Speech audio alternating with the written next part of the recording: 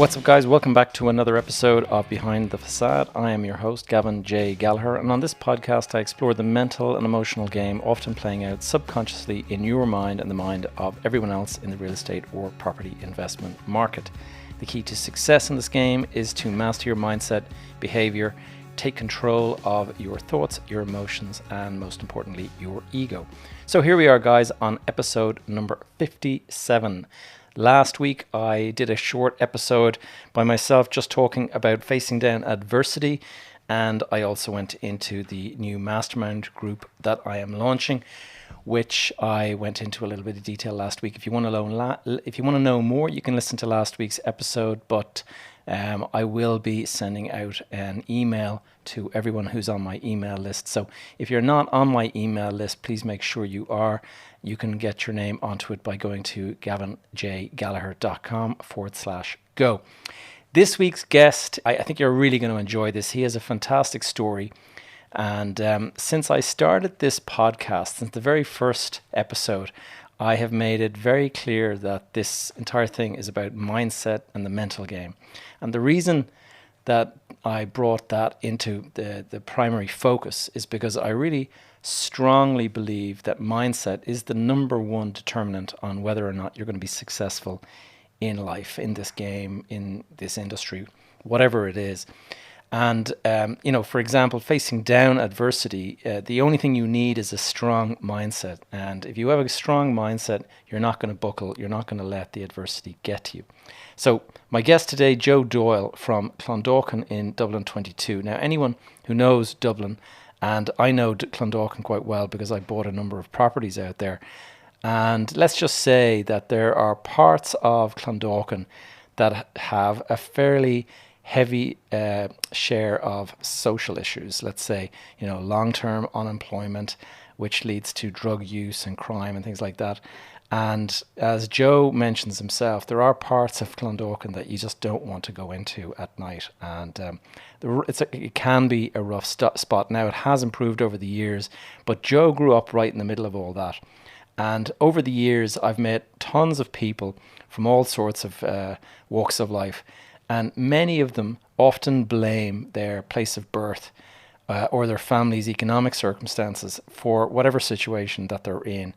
And they often, will turn it around and kind of like point at me and say, oh, it's all fine for you growing up, in the affluent part of town, and everything was basically given to you, and, you didn't have to work as hard as we have to work. And this whole attitude kind of prevails in a lot of these kind of situations. And if ever there was a proof that none of that makes a damn bit of difference, it's today. It's talking with Joe, because rather than seeing the kind of situation that he grew up into, the neighborhood he was born into, as a disadvantage, he actually sees it as the land of opportunity. And I absolutely love his mindset because, whatever about, building up, coming out of that circumstance and actually becoming a success, after he got hit in the 2008 crash, like myself and like so many others, he was a guy that basically was, negative net worth. He went from being, a couple of million on the plus side of the balance sheet. He ended up in the negative balance sheet, and it took him a couple of years to get the banks on side and to turn it all around. But he has managed to do that, and he's come back even stronger. And there might be people out there who call that just simply luck, or he got a lucky break, but I don't believe that for one second. And I say it's all down to the mindset that he has brought to whatever issues he's facing at any time. And that is simply what I believe is the most important thing. And so anything that any challenges that you're facing in life, just try to flip the switch, flip the script on it, and just simply don't look at it as a major problem. If you see something as a major problem or a huge challenge, well, that is exactly what it is going to be, because you've convinced yourself that that's what you're dealing with. But if you flip the switch and you simply believe in yourself, have confidence, and have the mindset that you see this as a huge opportunity, then you just get to work and you'll be able to overcome pretty much any obstacle that you face. Anyway, that's my rant over. It's quite a long episode today. We actually spoke for much longer, but I've edited this down and just took the best parts. So without further ado, my conversation with Mr. Joe Doyle. Joe Doyle, welcome to the podcast. How are you? Very good. I'm amazing, Gavin. It's an amazing time to be alive. Thank you for having me here. It's amazing that we're coming out of lockdown slowly but surely. Where does this podcast find you? Where are you based today? So right now I'm in my office. This is me here. I've got two studios in my office. One is like a little one-man studio, which is where I'm at now, and the other one then is a multiple person studio next door. So I'm out in Clondalkin. I hear people and I see all the stuff that you've done in your career, which is savage. You're traveling all over the world, and I'm like, I barely move outside Dublin 22. Literally barely move outside it, and all my business takes place here. So I think it's well, you know what? There's a lot to be said for that. I've actually heard people, certainly in America, guys that have become multi-millionaires, and they haven't gone beyond like 1 or 2 miles from where they were born. And if you're just in that area and you own that area, basically, you can really do very well. No, obviously you're better off being a small fish. I was a big fish, a small fish in a big pond. But what I have is working for me. I've been a fan all the time of engineering your life, so I've kind of done that without realizing all the time. Like my office is 1.9 kilometers from my house.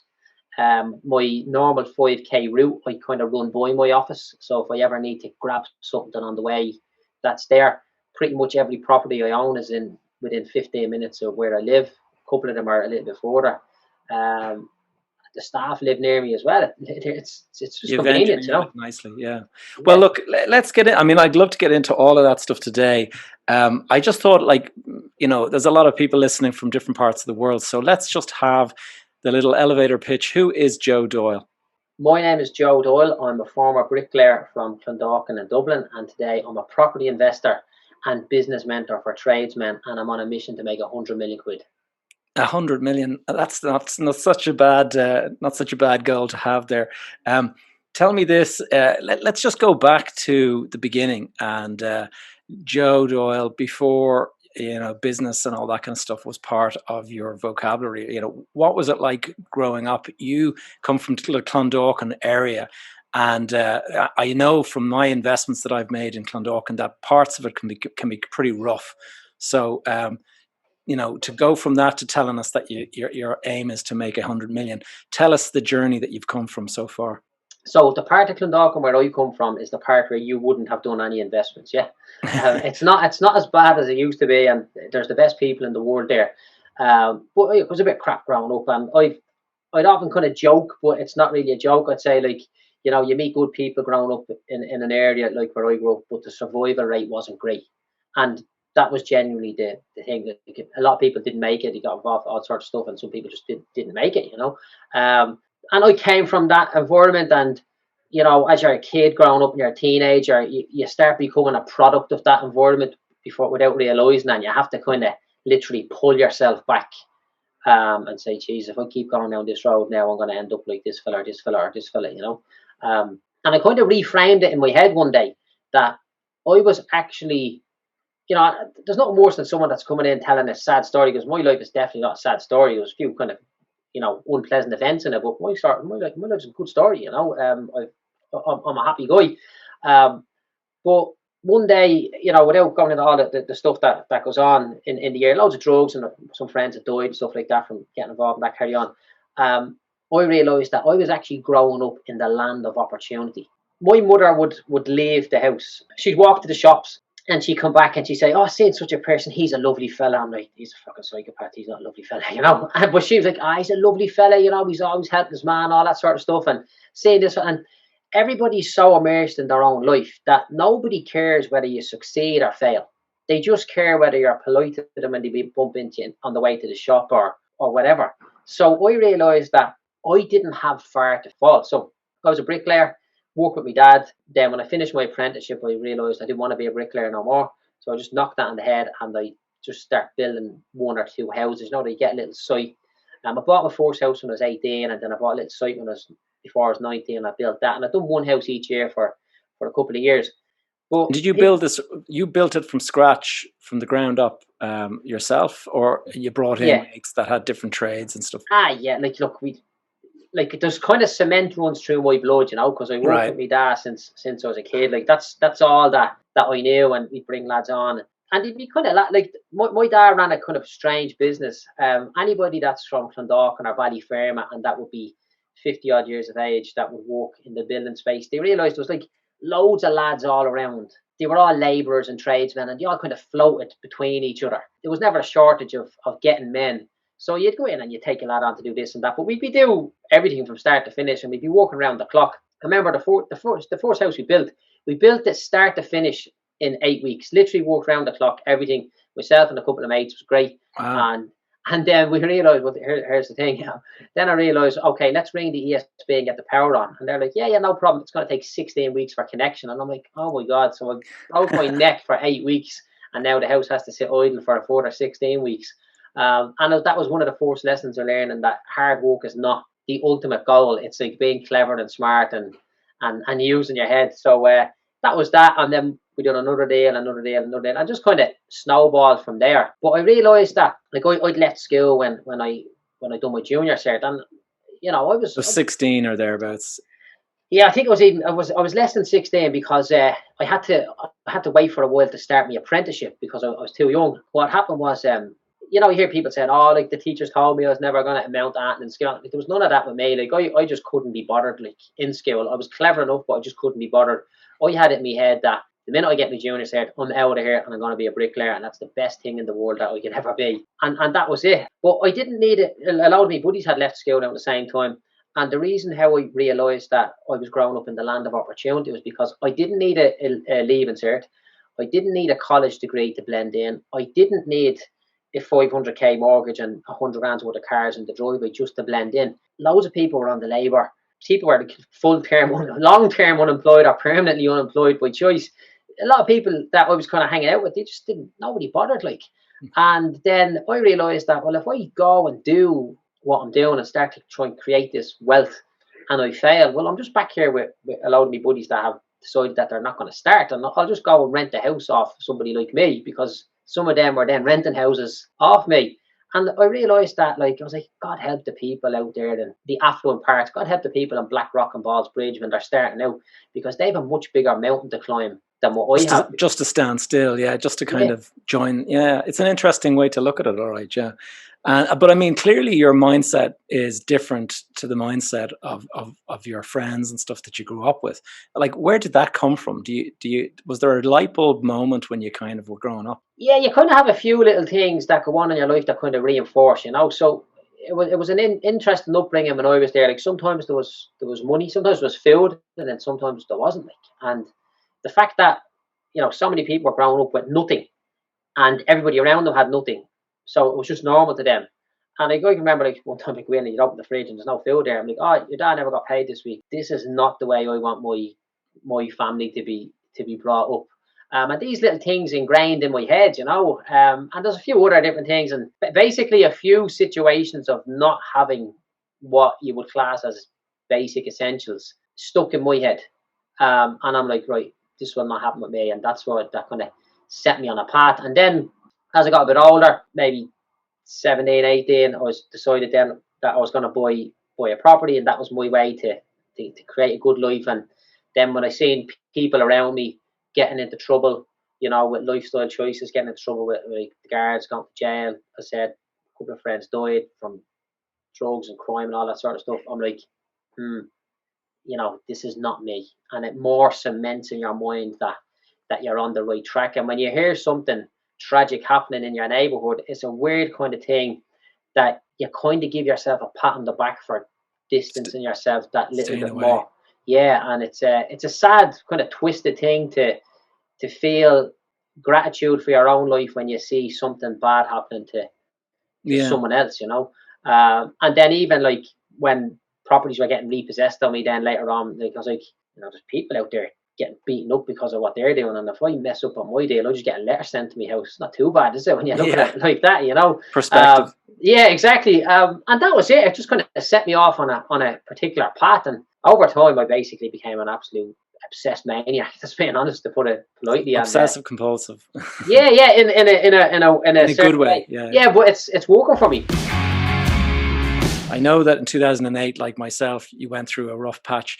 Tell us, just before 2008, so you were snowballing your investments. You were building houses, and what did you get? What size did you get up your first portfolio to? Yeah, it wasn't that many, to be honest. So what was happening was I bought the first house and had no money to buy the second house. So the bank would give me 80% of the site cost and 100% of the build cost, which meant that the deposit required was a lot lower. So I done that the first time. Then I got a little bit extra in the build cost because I was doing it myself, and that was the deposit to go onto the second one. So I went from buying a site to buying a site to buying a house with a site to buying a house with a site, and I had 10 properties, and then the whole thing just fell down. That was 2008. Yeah, I had 10 properties. There were a couple of them were valuable enough properties. We had a project on that was going to be worth 2.5 million or so, and we finished this. So we were going to have like 6 million valuation when we finished it. Nice, yeah. Yeah, 3 million borrowings or something like that. Or it was a 5 million valuation. And you look, there was basically 2 million quid left over. I'd started when I was 18. I was 23. I was like, this is easy. 2 million quid every 5 years. You just add it up in your head. And little did we know, then the ground opened up and swallowed everyone. Swallowed everything, Yeah. And what people don't realize is that the amount of time that it takes you to deal with these things is absolutely a nightmare. So not only are you spending so much time dealing with this drama that's after going on, but it's taking up all your time and all your creative energy that you would be putting in somewhere else. Yeah. And you just can't do that. And so what did you do to get yourself out of that? So what happened was we had a couple of properties that were repossessed, and I'd been kind of trying to find people to help me with this and all, because in my head I was like 23-year-old bricklayer from Clondalkin. Who do I go to? There's no point in talking to anybody in my family because none of them have a clue. And the only option was to go bankrupt, but I just didn't want to do that. Yeah, I can relate totally. Yeah, I mean, I was in the same space. I didn't go bankrupt. Because of that, that kind of, there was just enough of a light at the end of the tunnel that I thought, no, I'll stay. I'll keep going. I'm not going to go and push the button. But I actually spoke to somebody about it. That's how close I got. I gave it some thought, some serious thought. I gave it loads of thought. And I didn't do it either. So what had happened was, I think I was 27 years old at this time. So this would have been 2011, yes. So it happened from 2008, and by the time I got to 2011, just adding up there, is that 3 years? 3 years of dealing with headaches and all that kind of nonsense. Yeah, nightmare it was. Between the process, now I don't know. You never really know what goes on in the background. I was still pushing another business, and I've got investment on Dragon's Den for another business. People kind of knew me a little bit, that this guy's he's a trier, I'd yet to prove myself, but people knew me in the bank. And somebody said that, and again, I don't know how true it was, like, Joe, you're a high earning risk, so the bank ain't gonna let you off the hook. So all I wanted to do was, because when I looked at it then, at this point, we were like 2 million quid underwater, make 100 grand a year for 20 years, pay my tax. So I left 50 grand for 20 years. I was still $1 million quid shy. It just didn't make sense. They said, there's a chance they won't let you off the hook because they believe your profile, regardless of where you come from, your age, what you've done so far, you're going to make more money. So my request to the banks at all time was just to dispose of everything in a full and final settlement. And they said no. And they just things stick in your head. I was like, when you've got a kid being bold and they're like, can I go sit there, stay there, and don't move till I tell you? Yeah. That's what the bank basically said. No, keep the properties, rent them, pay us the money, and we'll tell you what to do. I just done that then in the end, because they gave me enough leeway to pay the properties back. Over time, values bounced back, rental bounced back. I'd got long-term stuff going on. I had four banks that I had problems with, and it was unusual things had happened with them, but you would think that you'd get more excited as you got closer to the end, but it got more stressful for me as I got to the end, because I realised that if any one bank didn't give me a deal that was manageable, the whole thing was a waste of time. Yeah. And I went through the process one at a time, got everything renegotiated, and And that was it. put it in the back picture then behind you, yeah. Yeah, and I had a big board on my wall, and all the stuff that I'd done was just had an arrow saying there. That was my A game. That was gone, and I was plotting this B game as to how I was going to reinvent myself. And then the A game came back into existence. Then the B game started to take off. Then I realized. Then I was basically faced with a situation that I've got two choices here. Do I walk away from the property game where I've served my apprenticeship now and I've learned how things go bad and I've learned how to deal with it, or do I go off and deal with something else? Double down. And yeah, and I just went flat out. Again, I just had these little weird visions in my head. I had this advisor. I had two advisors with me, and they were just. I didn't.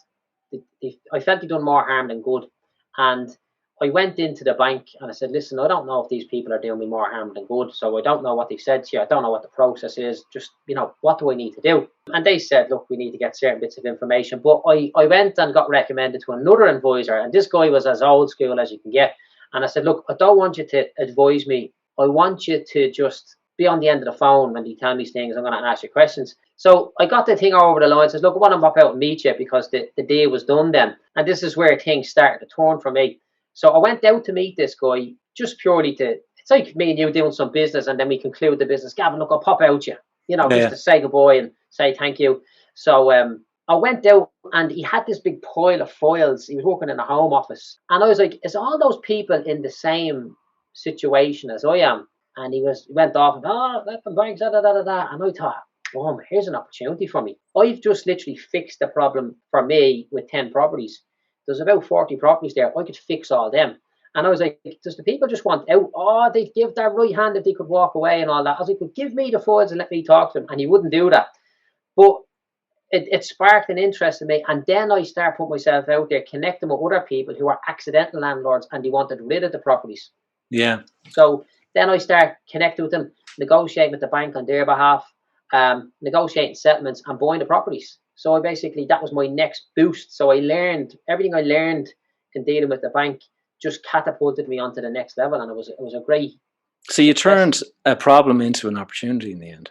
Yeah, it was good. Like we made significant money, literally on day two. So day one it was finished, and on day two I'm like, right, let's go. Straight into an opportunity. That's nice. Yeah, well done. Not to like a lot of people get so badly burnt by it that they don't really go back. They're gun shy, as they say. Yeah, like I'd often be chatting with a lot of people, and I'd be saying, like I always say, look, I'm not the most smartest person you'll meet, but I'd say I'm the most determined. I'll tell them out straight, And when I speak with people then that have had banking issues, I would put myself up there in the top single digit % of people who learned how to deal with it correctly, because I was like, no, look, it's done. It's not happening again. I'm moving forward, and that worked for me. And I see a lot of people that, like, this is 2021 and we're talking about stuff that happened in 2008. So there's still people today that's shook over stuff that happened 13 years ago. That's a lifetime ago, Yeah, no, it's so true. I wanted to go into, you got yourself out of trouble and you started now building a portfolio for yourself. You had some interesting investment criteria, which would be quite different to what a lot of people are looking at. The fancy part of town, you're lucky if you get 3% annual return on your capital. You were talking about 1% a month, so 12% a year, basically. Yeah, that's our starting point that we're looking for. That's your minimum. Yeah, now it's getting a bit tighter at the minute, to be honest. But we might have to revise it at some point. But that was my gig. Yeah, so you've really carved out a really interesting niche, because you can, like, 12%. It might be a kind of a rough part of town, and people might sort of turn their nose up at something like that, but actually the yields that you're getting are phenomenal. You can actually double your money over 7 years or something like that. Yeah, like it does come with the drama, like, no doubt, there's a bit of extra management saying, yeah, there is, yeah. And to be honest, as I go on to my next level, I probably wouldn't do those deals again. But you live and learn, and they serve you and they get you to it. I've got this thing in my head where we go up in layers, and it's a pyramid, and that the wider the base, the stronger the foundation. And every layer you go up, the jump is that bit higher. So the earning potential is that bit higher every time you go up. So Mm. we're dealing with some ropey stuff. Like, you know, I just give you a laugh there. Like, gets a text message one day, my dad's cooking meth upstairs, right? And No I'm way. like, right, we This is in don't one know. of your properties. This is from a tenant. I'm like, right, they don't teach you that in the The property manager's handbook. and yeah, exactly, you know. And then we bought a property one day, and gets a phone call. Joe, we're up here, and like there's bullets on the ground. I'm like, okay. I was like, what do you want me to do with them? I was like, I don't know, throw them in the skip. Like, he said, you want to call the guards? I said, if you call the guards, I says, we may move out of that property right now. I said, just bury them in cement and put them in the skip and continue on. And he's like, okay. Then, where somebody had hidden something in the property while it was abandoned. Right. And then we come in and start refurbishing it and all sorts of stuff. But you get mad antics going on and all sorts of stuff. But at the same time, while you're dealing with people that's on the lower end of the economic scale, once you respect them people, they will have respect for you. Of course. And it's not them people, because them people are my people. That's where I've grew up, and this is why I believe I'm lucky enough to have grown up in the land of opportunity, you know. So they accept you as well. Whereas if it was somebody like from the posh part of town comes in and buys up a couple of properties, they're not going to be accepted. You need to be careful, I think. Yeah, exactly. So like, I'll give you an example. We just closed the deal today, and we bought two properties next door to each other. Somebody connected me with the guy that was selling them. And he's like, I've got this house and this house, they're next door. I'm like, right, where is it? I'm like, oh, that's a bleeding hellhole down there. I was like, but you know what? My cousin lives on that road, so he'll know somebody that lives there, because that's where my family's from. I was like, right, I'm happy with the price, I'm happy with the deal. One of the properties was vacant and the other property was tenanted, and I had to take the tenant in place to make the deal happen. So like, right, I'll go down and see what sort of tenants in here. I was like, it's probably some fella now going to drive me mad when I go down here, and it's going to drive me even mad because I'll have to say no to the deal. When I got down, I was like, oh, Robbie, how you doing, man? Where you going? Oh, I'm going. Are you buying in there? He says, yes, I'm buying your house as well. There's a guy I used to go to school with, you know. I was like, oh, that's great news, man. So now he's in there. And then in the new house that we just bought, I've put another one of our buddies who we all went to school with as well. And everybody kind of knows each other. But I think you just need to have your wits about you. And do you find, I mean, because that sounds like a great deal. Obviously, you know who you're dealing with, stuff like that. But there's another side to that, which can be kind of a problem, where you know people, and so they're, you know, if they kind of are struggling, they'd be like, oh, come on now, Joe, can you give us some time and I'll get you back next month, this kind of thing. You know, have you had to deal with any of that kind of stuff? You always get little bits and pieces here and there, but like all my rent is paid for by half. Yeah, okay. So they're not paying for it, so they can't afford to pay the rent, so they're on a housing thing. Okay, well that actually makes it a lot easier from your point of view. Yeah, okay. Yeah. But and nowadays we get the rent paid to ourselves, which is grand. But at one stage, the checks used to go to the tenant, and the tenant had to top the check up. And like, if you're a minute late, like, you know, Christmas, you weren't if you didn't go down there at like 5 o'clock on children's allowance day, it was gone, you know. Yeah. And nowadays it's a better system. They pay their money to the council, and then the council pay us, and it's a better system altogether. But yeah, look, we've had, you know, I had got one tenant, like, she was in hospital, and I ended up paying her rent for her just to keep her on side. No, she needed to pay money to pay her thing to the top up. I was like, look, she's sound, just pay her rent for her, you know. So what you deal with them, yeah, it's fine. It's a small percentage, you know. And like, so it works. Yeah, it works for you. Well, it works for me. Like, bear in mind, they had to pass it. Like, you know, I'd be in the media every now and then commenting on stuff like this, right? And every journalist, actually had a big row there 2 weeks ago with a journalist on News Talk, because they were trying to tell me that landlords will not take HAP. They're discriminatory, right? And I like that just does not make sense whatsoever, because it's guaranteed money from the state. And if I advertise a property on Daft, which I never do because I've got a pool of people waiting, I am not ringing every person who's applied for that property, because there'll be too many. I'll look and I'll pick a name that I recognise or something like that, and I'll start there and I'll go down. But the media are always trying to portray the landlord as the villain. We've got like 100 plus tenants, of which literally we took a lot of them from a homeless situation. And if there was 5 more than me in my area, that would be 500 more people that are in a homeless situation that have a roof over their head. So that stuff kind of bothers me, and they have their agenda to push, no matter what. And it's crazy. I was on a TV show there a while ago, and they put me against this kind of tenants' rights activist person who had one stage being homeless, and they were ready for a big row. And like, after me chatting to this person for like 15 minutes, she just completely agreed with everything I said. And because there was no argument, they cut us out of the TV show, So they left me in You the didn't credits. fill the agenda, yeah. Didn't fit the profile, yeah. So they cut me out of the show, but they left me in the credits.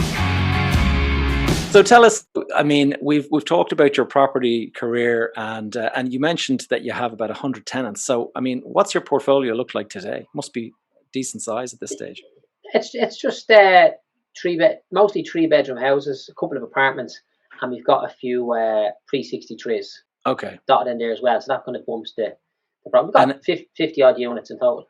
50 units, and all in the Dublin 22 area, kind of more or less. 22, 24, 10, Dublin 8, Dublin 3, Dublin 11. But mostly Clondalkin, Tallaght, Ballyfermot, and a couple in Finglas. And what's your team look like in terms of size? So on the property side, there's myself and Paddy and Jane. So Paddy's my number one guy, and then Jane is kind of our joint PA. What part we skipped there is I had a building company for 10 years. That's what I was doing. I've got a full team of lads that's available, when we need anything done. So we've kind of retained a few of them to do the work. But no, that's good enough. I'd say if we took one more person on in the office, we could easily manage 100 units based on how we currently do things. And Paddy's done a good job of he looks after that. We kind of joke saying like it's upstairs, downstairs. So I'm in my office now upstairs. So I'm up here making the money, and I give the money down to Paddy, and then Paddy multiplies that money by putting into the property deals. And so he's going outsourcing. Is he sourcing property for you, or what? Look, we're kind of doing that together between us. We're lucky enough that we're attracting so many deals to us at all times. So we didn't have that, but we're noticing now that the pipeline's a bit dry. We've 7 more properties to close off. Well, actually, it'll be 5 now because we closed the one I just said there a minute ago, and the other one adjoining that closed off last week. So we've 5 more properties on that end, and there's not more gone into the pipeline since then. So that's something that we'll have to address sooner rather than later. And so we're going to get into your business mentoring business now, which I've been really interested following. You train tradesmen basically on how to run their business.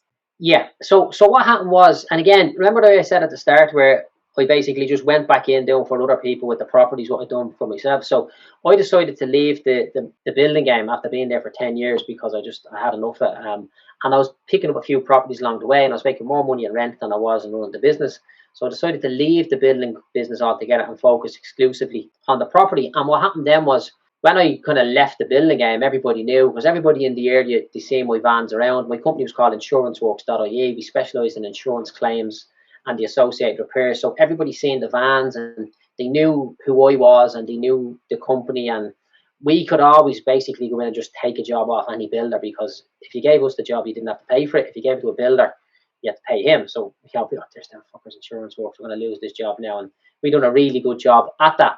So when I left, I was just more free chatting to other people that I met in the industry about how business has gone and all that sort of stuff. Whereas before, I just never said that to anybody. Because you wanted to protect your business, basically. Oh, yeah, absolutely, yeah. So I assumed that everybody had 5-6 million quid's worth of property, that was running a building company, building houses. Surely if you're building so many houses and extensions and renovations, you'll pick up a few for yourself. And that wasn't the case. And I'd be chatting to lads, and I can't get paid. I was like, did you try this? Did you try that? So eventually, over the course of like a couple of 8 weeks, this thing just started to materialize in my head that like I actually have something that most people do not have, which is a skill set to run a business correctly, because a lot of tradesmen are struggling. So basically, I set up a business mentorship program, and that grew from there. And when you turn on your laptop, Windows pops up, and that's the operating system for your business. Well, I have got an operating system for any small trades business or any construction business that, like a dashboard.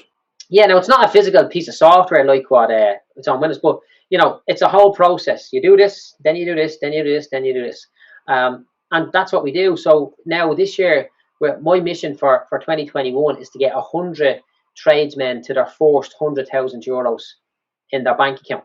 Wow, so a lot of lads have never had 100 rand in their bank, and I've got a board here. We call it our beast board. So when you hit your targets, you go on the beast board. So we're just basically getting the guys to hit their targets. Now there's a whole process and a whole program that's gone through, but like there's nobody can come anywhere near us in terms of what we have in terms of effectiveness, because what I'm showing these guys is exactly what I've done to build a 12 million quid portfolio, and we are doing $1 million quid's worth of work every year on the back of it. So I'm always saying to lads, just look at what I'm doing and copy it. I just show them certain things, and they make it work. Just got on the phone to a guy, got off the phone there earlier to a guy, one of my clients, and he's in business 8 years, and he started with me 3 months ago. He had €9,000 in his bank. That's all he had for as a combination of 8 years. And today he's got 36 grand after like 2.5 months. So an extra 36 grand. Yeah. Absolutely. It absolutely works. And it's great. It's a good buzz. We start off by showing them how they can make €500 a day. And then we just go from there. So and if they achieve that, then they graduate. Yeah, exactly. So it's broken down €500 a day, and then we've got 7 milestones throughout the year. So the year is broken into 7-week segments. 7-week segments. Yeah. Each time you have to set aside 14.5 grand, and then the clock goes back to the start again. So if you miss the first one, you're not behind on the second one, because it doesn't make a difference how good you are in the first one. Tough shit, Paddy. You're starting again today, my friend. I get you. And it's very, very effective, and it's a very rewarding job for me to do. And that's why I'm making all these videos on social media and outraging people and causing all sorts of hassle. But you're doing great. I mean, you shared something in your social media last month that I think you brought in like 84 grand or something like that. I mean, that's coming close to $1 million a year coming off of your mentoring business. Yeah, but no one wants to be close to hand, don't you? Not, they want to exceed it. That's the attitude I like. Yeah. Can you tell me, I mean, one of the things that I've said right from the start, if you've been listening to my podcast, I said that anyone who's thinking about getting into property, if you're a tradesman or something, you're actually really, really well suited to it, because you've got some basic skills and you're going to have a network of mates or, people that that can actually get stuff done.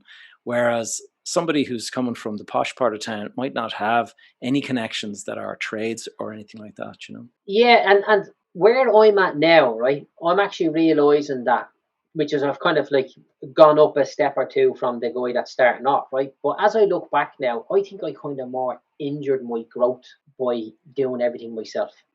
Because the money really was to be made in doing the deal and getting the deal over the line and collecting the rent and getting the refinance and getting it back.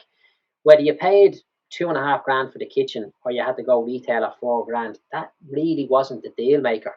Yeah. So whilst being in the trade gave me the confidence to do the building and a bit of the refurbs and that, like nowadays, like I wouldn't even look at a site to build a house because I can actually buy houses cheaper than the cost of building. So it just doesn't make sense in that regard. It's in the areas where I'm operating. So it sometimes what gives people the confidence to get going will kind of help hold them back down a little bit. Yeah, so Joe, you're absolutely right. Actually, there's a book here that I've been reading. I don't know if you can read that if it's in reverse. Who, Not How. Who, Not How. And that is a major sort of superpower, if you can figure that one out. And it's all about who can do it, not how you can do it yourself. Brilliant. Yeah, because if you can figure out, I mean, that's how you leverage your time, is by thinking to yourself, okay, because I suffer from this as well, whereas I'm thinking, okay, I got to go and do something, and I'll turn on the computer and I'll immediately start trying to do it. And that's the mistake is made right there when you start trying to do it yourself. What you should be thinking is, who is the best person that I could ask to do that? And you focus your time. And I think there's the 3 price points. There's the €10 job, the €100 job, and the €1,000 job. Yeah. And you want to spend all of your time on the €1,000 job. That's where you can bring in €1,000 an hour, we'll say. And so when you're thinking of looking at a job, and it's like, you think to yourself, hold on a second, I can get someone to do this for a tenner. Or I can get somebody, I can pay someone 100 to do this for me, and I can go back to focusing on the €1,000 job. So who, definitely. Not how. Yeah, that's a good title, isn't it? When you explain it, I'm like, oh, very good, yeah. Joe, I mean, in terms of some of the mistakes that you've seen tradesmen make, I mean, where would you say are the big weaknesses that tradesmen find themselves? So I'm assuming we're talking about like self-employed people, business owners here, right? So even if I focus, just to kind of answer that question in a roundabout way, I focus specifically on tradesmen, because the reason being, nobody can compete with me in this space, because they just haven't done, like we've done like 3,000 repairs and 3,000 houses all over the country. You've been a tradesman for 10 years. So my whole life. You had your own business. Yeah, you've had your own business for 10 years. Yeah. Yeah. So, but what I do will pretty much apply to almost any business. But what I see the biggest mistake small business owners making is they don't focus on the money. They focus on doing the job. So a guy rang me one day and he says, I need you to speak to a friend of mine. He's on it. He's on the verge of, like, he wants to do something big, and the way he's talking, I think he's going to do it. He just needs a bit of guidance. I'm like, okay, how much do you want to make this year? £1 million. Right. Okay. That means 83 grand a month. That's 21 a week. Da, da, da. So I'll tell you what, let's do a deal here, right? I believe that you can make £1 million in a year if you can make €500 in one day. I said, it's 1 o'clock now. Ring me tonight when you're after making 250 quid and tell me how you've done it. Now, I'll start that next week, he says to me. I've got stuff to do today. I'm like, okay, no problem. And he left, and that was it, right? But that's an example of a guy with a really big plan and speaking to me or somebody like me and thinking that we're going to give him a magic formula. X plus Y equals turns into gold. No, you have to make money consistently starting today. And I find that anybody who's working in a trades-based business or any business where they're selling labor, if you can make €500 a day in a day, it's a respectable amount of money, because if you can do it 5 days in a row, it's 2.5 grand. 4 weeks in the month, it's 10 grand, which means you have an extra 120 grand in your bank account at the end of the year. And if you can be consistent about that, next year we'll go for an extra 250. But the guys get caught off guard and they start focusing on doing the job. A lot of times they focus on being right rather than being profitable. Your man was late in this morning. I said, yeah, go away. I ran him down that road. And what about the job? I told the client I'd be there tomorrow. I was like, would I not have been better off to arrive a half an hour late, give the client 50 quid off the job, or give them something extra, give your man a bit of a rap on the knuckles and get the job done and make your money, you know? Yeah, but you can't be disrespecting the job like that. Well, you're the one, he was half an hour late, you are a day late as a result of how you reacted to him. So I think guys are concentrating more on being right rather than being profitable. Mm-hmm. Yeah. You know, and I love the concept of 500 a day, because there's no wriggle room. There's no time to, you know, like, it's 3 o'clock now. Okay, chat to you at 3 o'clock tomorrow. Tell me how you made your 500 quid. The people who go off the rocker, they go, I don't know what to do. Like, okay, well, now that you don't know what to do, let's see what we can do. Yeah. And I see a lot of lads wasting time on social media when I don't think they should be doing that yet. You don't need to use social media to make 500 quid in a day, you know, but they're getting caught. That's my gist of it. Outside of that, like, the lads are absolute workhorses. They're just working. No problem working every hour under the sun, but they're just not focused on the money. And you encourage them to get into property as well, do you? Yeah, so like, we've got 100 guys now that we want them to have 100 grand extra in the bank at Christmas. So next year, the plan for them would be obviously to put that money to good use. So if they're down the country, they'll probably be able to buy a property for 150k. So we can start looking in January, and by April, May, they should have the 150. If they're up in Dublin, they'd probably be looking at a 300k property. So, you know, they can probably use that as a deposit and get a mortgage. I have the concept of using your business as a vehicle for wealth creation. So what we done here, for example, I said Paddy looks for money off me. So we bought 2 properties. We needed to put 50k into them. We got them at 100k below market value. So I basically made 50k, sent it down to Paddy. Paddy multiplied that from 50k into 150. Now, we're not putting that 150 back in our bank, but that's worth 2k a month in surplus rental income to ourselves. And you don't need to do that very many times to replace your salary. If you're doing that, you could possibly do that 3 times in 5 years, and you've got your salary replaced. And then you're able to decide whether you work or focus on building a property portfolio. Exactly. You have the choice then. And because I had the choice, I started playing around with the social media thing, and that worked for me. But I wouldn't play around with that, because I'd always bet on the sure thing, stick to what you know. But because I had that other income there, that was that allowed me the freedom to play around with this gig, you know. So tell us about that gig. I mean, Facebook. When we spoke, you had the first time you got into it like 3 years ago or something, or 4 years ago. Yeah, I actually tell you, it's an interesting story how it happened. It just by accident. So, I'm sure everybody that listens to your podcast knows Grant Cardone, yeah? Yeah, of course. Yeah, he's my hero. If he's listening, Grant, you know I love you, my man, yeah? So I had finished my banking stuff, my banking issues. And Grant Cardone had announced he was having this event. It was going to call it the 10X conference. And this was in 2017. So I just said, you know, I'm going to go to that. I was like, but you know what? I'm not going to get any bullshit general admission ticket. I'm going to sit in the front row. And I'm literally, I'm away on holidays at the time. I was like away for New Year's, just treat myself after getting my bank stuff away. I'm like, yeah, I'm going to I'm going to go front row. I'm going to fly first class. Yeah, you know what I'm going to do? I'm going to get a Rolls Royce, the exact same as Grant Cardone. I'm going to get them to pick me up from the hotel and bring me to the airport. And so I'm just dreaming all this stuff in my head. And I'm like, right, hold on, Joe. Don't start thinking you're Bertie Big Balls here now. You're only over that little thing that nearly sent you under completely. And this is like literally me talking to myself. If you're going to go and do that, that's fine, because I would never stop myself from doing anything. But you must earn the money to do it somewhere else. You can't spend it from the little bit of money that you have. You must go somewhere else. So I'm like, okay, where are that? And I just made a Facebook Live video. So, and I didn't realize that at that What did you do though? What was the video? So I said, right, I'm after making a few million quid, lost it all, was in the shits, and I'm after fixing it, and I think I'd got £1 million or something back at this stage, you know, of net worth, you know, it wasn't in the bank like. I was like, that's a story in itself, because I got it, lost it, and I got it back. So anybody can do that once, but if you do it twice, like that's kind of proves you know what you're talking about. So I took out my Facebook video. I says, phone says, I've got a new business coming up, and it's going to be able to help certain type of people. And basically, I wanted to get 10 people, and I was going to charge them £4,000 each, and I was going to show them everything that had happened to me, and in that process, so that they could go off and do the same themselves. And I got 40 grand, and I just spent it all on that trip, basically. Yeah, and then while I was there was a crazy thing happens. I just pure remember this. There was a sign on the desk saying 5-day mastermind in St. Bart's in the Caribbean, $25,000, and just made me mouth thinking out loud, saying, I'll go there. And Cardone was standing next to me, and he just took the thing off the table, and he says, here, and he pushed it into my chest. I said, I had to take it, you know. And I'm like, right, hold on a minute, Joe. You're after dreaming up 40k to do this trip. How can you dream up 25k to do this trip?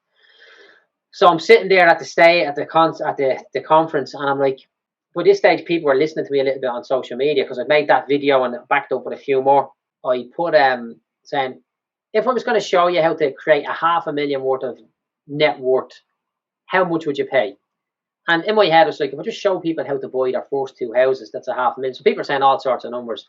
And then I said, right, they're all saying 2 grand, 3 grand, 4 grand, right, 1,500 quid.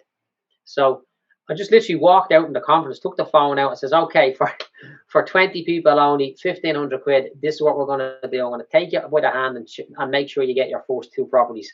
And then the phone started erupting. So literally back out the conference again. And then when you go to a conference and people are leaving all the time, I'm like, what the fuck are these leaving? They're paying money to be here. I'm like, I'm squeezing every cent worth out of this. So I went outside, and the phone was hopping. I basically rang Linda, my missus. I says, Linda, listen, there's people going to be dropping money to the house. Make sure you get their name, and make sure you go to the bank at the end of every day, because I don't know how much money they're going to drop. And she goes, what's it for? No, listen, I can't talk to you. Just do that. And she's like, okay, no problem. And then I rang Rachel, who worked in my office. Same story. Rachel, take the money, and Rachel's in the accounts. There's no invoice issued for this money. Like, so where am I putting it? I was like, take the money, put it into the bank. We'd sort everything out and we come back. Okay, no problem. So by the time I got home, I'd like 30 grand delivered to my office, and my house. Was crazy, you know. So then I had to start building the program after that. So you, hold on a second, that's brilliant. So you said it, you made the statement live. Yeah. And you got paid for it, and then you thought, oh, let's go and make the program now. Now I had to make it, you know. But you see, what I was doing was so specific to what I was telling people I was going to do with them, was so specific to what I'd done plenty of times, so I could do it in my sleep. So that happened. Paid for the trip, got the money, paid for the trip, made the program, and then the thing is coming up then later on, or whatever else. So I kind of magic that money, manifested that money again.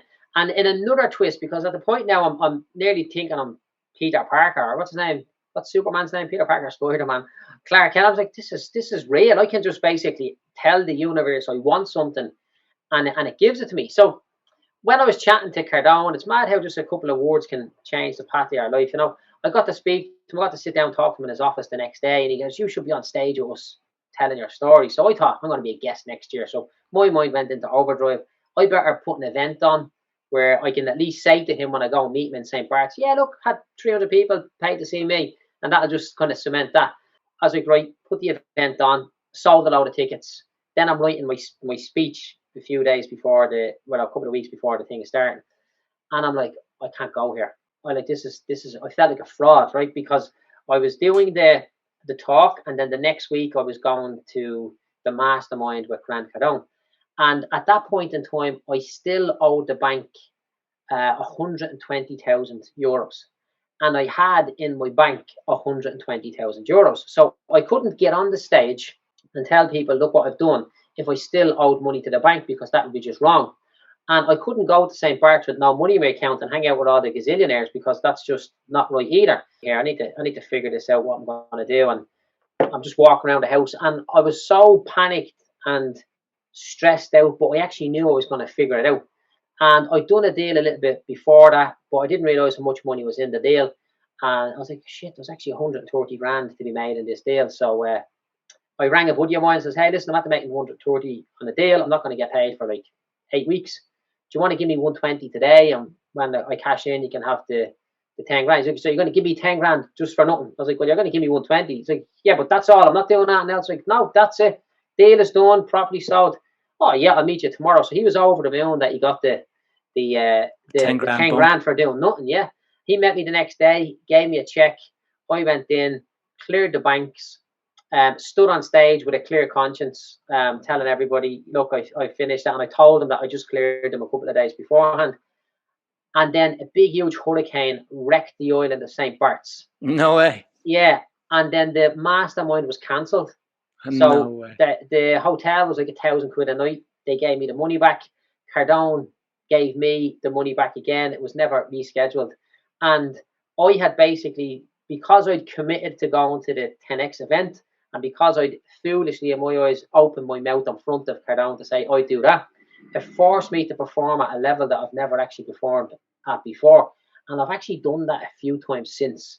So I'm like, just give me a target and I'm going to knock it out of the park. And we've got a wall turned into a whiteboard in this office in here. And we just write all these things on it and we just make them happen. And it's, outrageously, they're for me, like, they're outrageously high targets. It's a superpower. And we make it happen. You're manifesting stuff out of thin air, basically. Yeah. Yeah, it's magic, And sometimes I say to people that what's after happening, and I think that they think I'm lying. And that's why I write stuff on the board and I put the date that I've wrote on the board and I show them, and then they come back a few months later and they can see it there. I wanted to ask you, you joked about it before, but the Bank of Job, yeah. JIB. You have your own bank. So tell us a little bit about that. Yeah, so what we've been doing is we've been borrowing money off individuals and paying them an interest return. So my business model is, Gavin wants to throw in 50 grand and my deal is 150 and it's worth 200. I'll line up 3 Gavins, I'll pay them 12% interest, I'll rent the property out, and I'll only pay them, I'll do a 12-month deal with them, so they get like colossal return on their money, and then I'm not making money in the initial 12 months, and then I'll refinance that back out. So you go to a traditional bank, will you?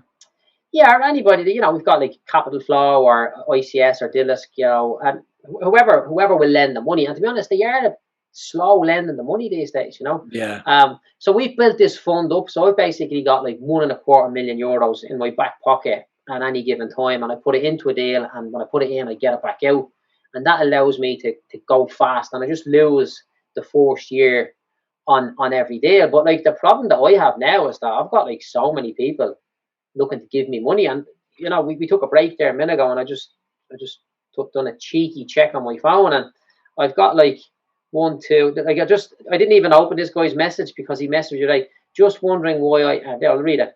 Just wonder why I'm not being responded. Do you not need any more investors? Would like to know one way or other.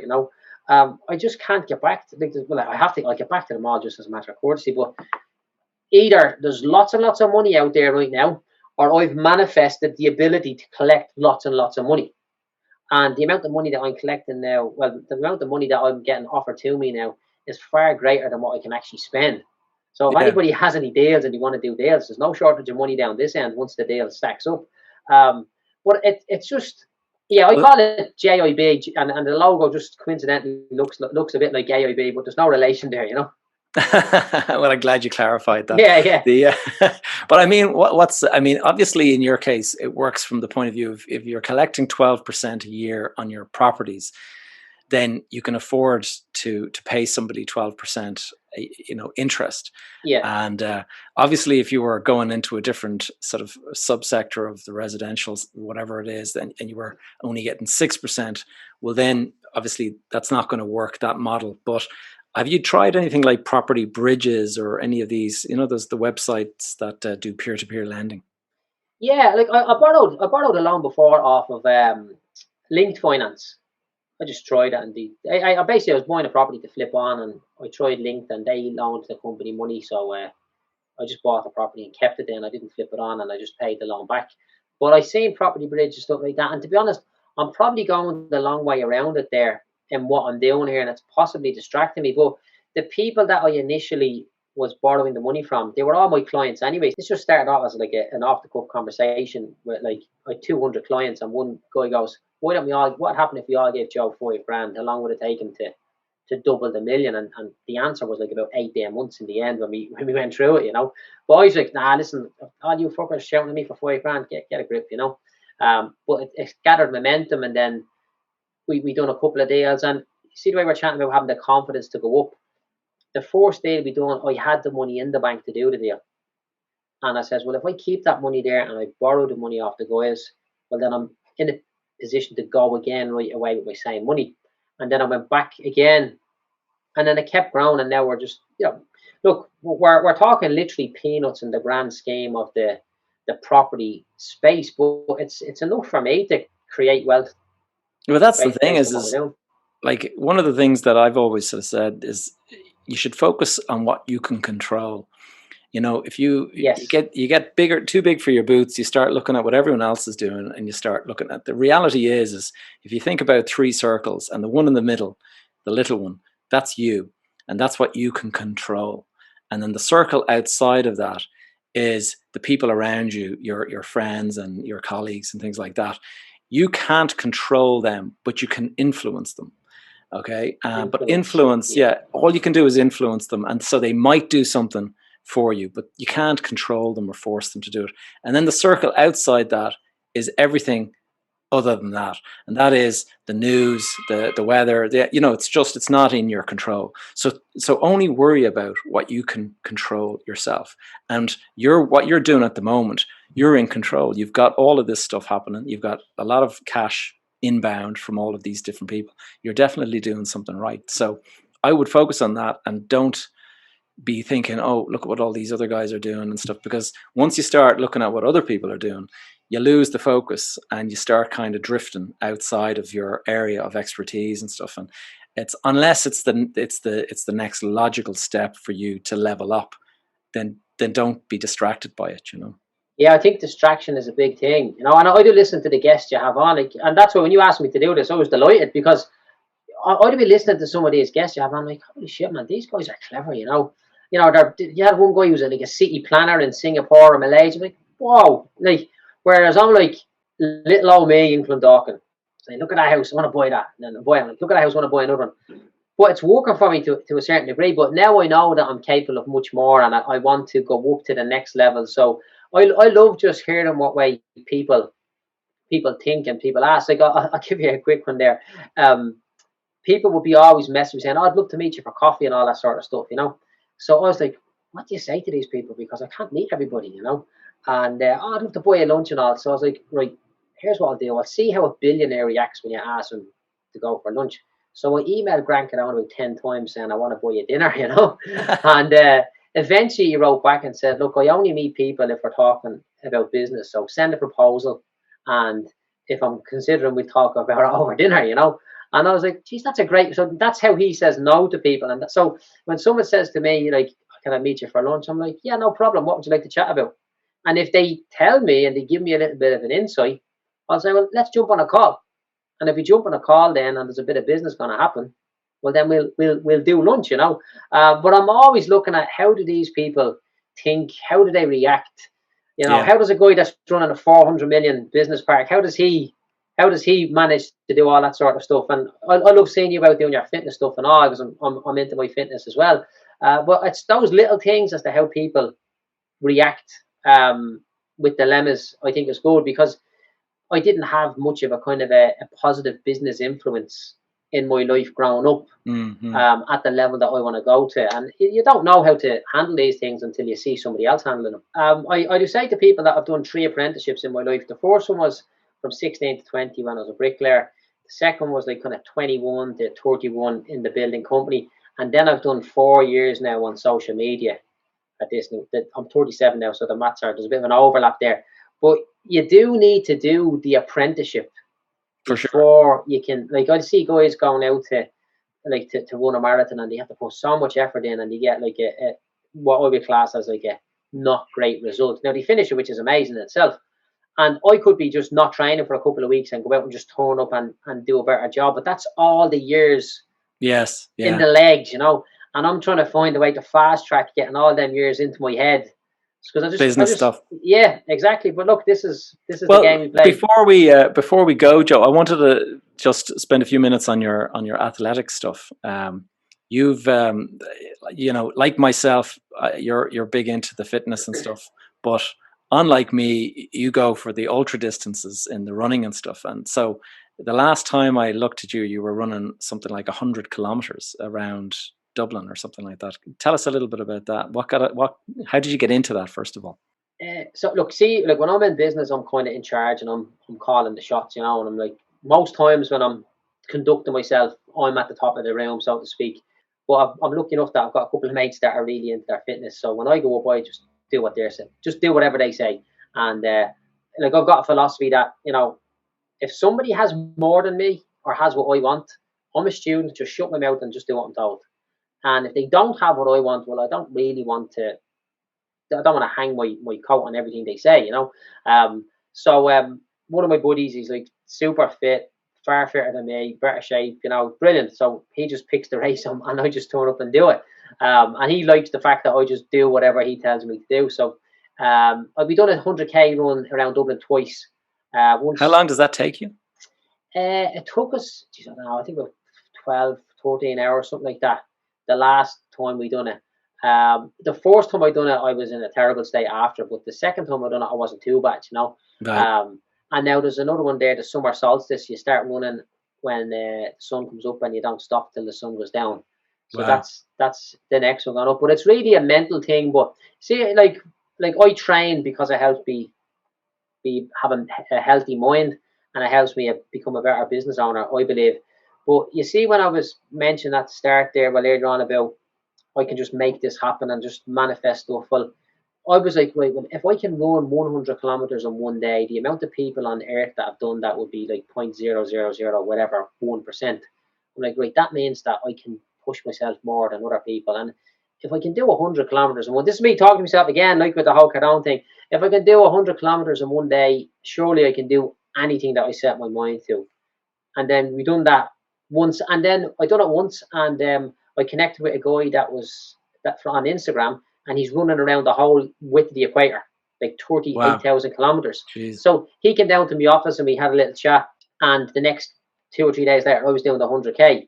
I was saying, like, it's 38,000 kilometers or whatever. Google the circumference of the equator. And he's like, yeah, but look, you get going. And then we start talking about my 100k. And I was like, yeah, sure, look, I've done it before, it's grand. And he's like, now, see what you're saying now, that 100k. He says, some people be blown away by that. He said, and again, like what you were saying about going up in the layers. So, yeah, look, that's what it is. It's good crack. It's good for the mind. Puts you to the test. So, give us a beat if he says out there the next time. If people wanted to reach out to you, Joe, how would they do that? If we got a trades audience listening in here and they're saying, "Geez, I like the sound of that mentorship program." What's the best way to reach out to Joe? I'm everywhere as Joe Doyle Entrepreneur. Facebook, Instagram. My email address is info@joedoyle.ie. You can find me. I'm easily contactable. I actually own the full page of Google for Joe Doyle. I'm proud of what I am, And tell me, one question I just had in mind is, because we have quite a big UK audience as well. Would the stuff that you're teaching be applicable in the UK? Oh, absolutely. Yeah, we've got quite a few clients from the UK now as well. Okay, that's great. Yeah. Good stuff. No, okay. It's universal. Good stuff. All right, Joe. Well, look, it's been a real pleasure chatting. Excellent stuff, man. Thank you for having me today. See you at the top. All right, guys, I hope you enjoyed that conversation with Joe Doyle. I think you'll agree with me. His mindset is just really so strong, and no matter any challenge he faces, he pretty much looks at it as an opportunity, and that has stood to him. And I do believe he'll go on and achieve all of the various goals that he is pushing for. So that is it for episode number 57 of Behind the Facade. Thank you so much for listening. As always, my number one ask is for you to leave a review or simply share the episode out with somebody you think would benefit from it. Now, in the show notes, you're going to find various links to the things discussed with Joe today. So you're going to find links to his page on Facebook and various things like that. If you have any questions or topics you'd like me to cover in future episodes, please connect with me via the Facebook group Behind the Facade Community. Alternatively, as always, I'm giving a little bit of a plug to my YouTube channel. My social media handle is Gavin J. Gallagher, and that goes for the YouTube channel as well. So please pop over there and subscribe, and I'm going to be putting out more and more videos. I'm actually going to be putting out a video this week on a development site that we have started out in a part of Dublin called Shank Hill, and we're going to be building 54 units out there, and so it's only a ground clearance stage at this point in time, so it's a good time to start a kind of weekly or sort of every 2 weeks. I think I'm going to do kind of a project update and just let you follow along with the development of the project and let you see how it goes and stuff like that. So last of all, just wanted to mention my mastermind group. I'm going to be putting that out in July. It's going to be starting. It's going to be hands-on sort of learning about real estate investment, real estate development, how to assess deals, how to review deals, how to get deals over the line, all of that kind of stuff with me. And we're going to review your deals. If you're working on something, you can bring that to the table. If you're trying to get something over the line, you can bring the opportunities to the table, and we'll go and review all of that stuff every week. And if you're interested, if that sounds like something you'd like to do, if you'd like to kind of work alongside me on some of these things, then please connect with me. Let me know that you'd like to be in. A few people already have. It's going to be very limited numbers. I'm only going to be taking on 15 at the most, because I want it to be a tight group where I know everybody by their first name and I know about their projects, and I can't do that if it's kind of huge numbers of people involved. So if that sounds of interest, please connect with me, and make sure, as I mentioned earlier, that you're on the email list so that you can get updates for that mastermind group, because I'm going to be putting a link out to that course to go and sign up for it via the email. So you'll find that by adding your name on the list, www.gavinjgallagher.com/go. All right, folks, it's been a good weekend, and I hope you're all having a good one, and I'll see you again next week.